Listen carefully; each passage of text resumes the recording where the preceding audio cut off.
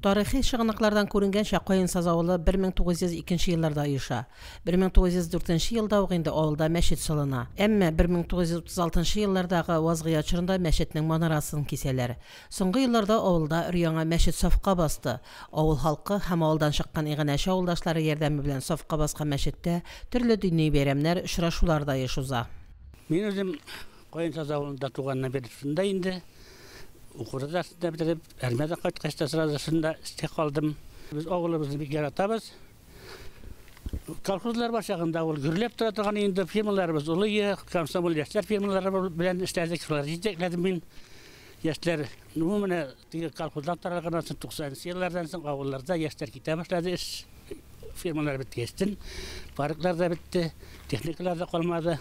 1931 елда авылда колхоз оешкан булган, әмма илдәге үзгәрешләр белән авылда инде күптән колхоз да юк.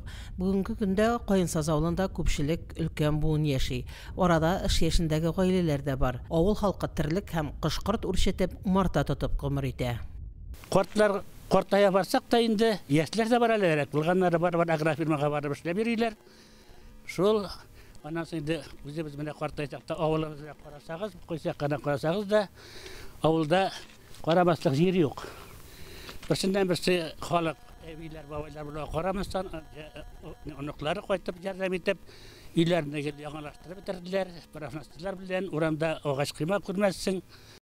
Кайынсазлар чәйнең нәг уртасында Сабантуй бәйрәмен, авыл көне итеп үткәрүне дә матур гадәткә керткәннәр.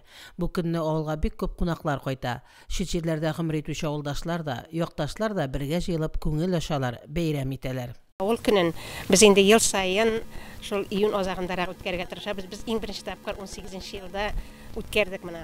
Шуннан соң инде без әйттек, әйдәгез әле ел сайын июнь азагында үткәрәбез дип. Без инде менә беренче елны үткәрдек авылның 120 еллыгын.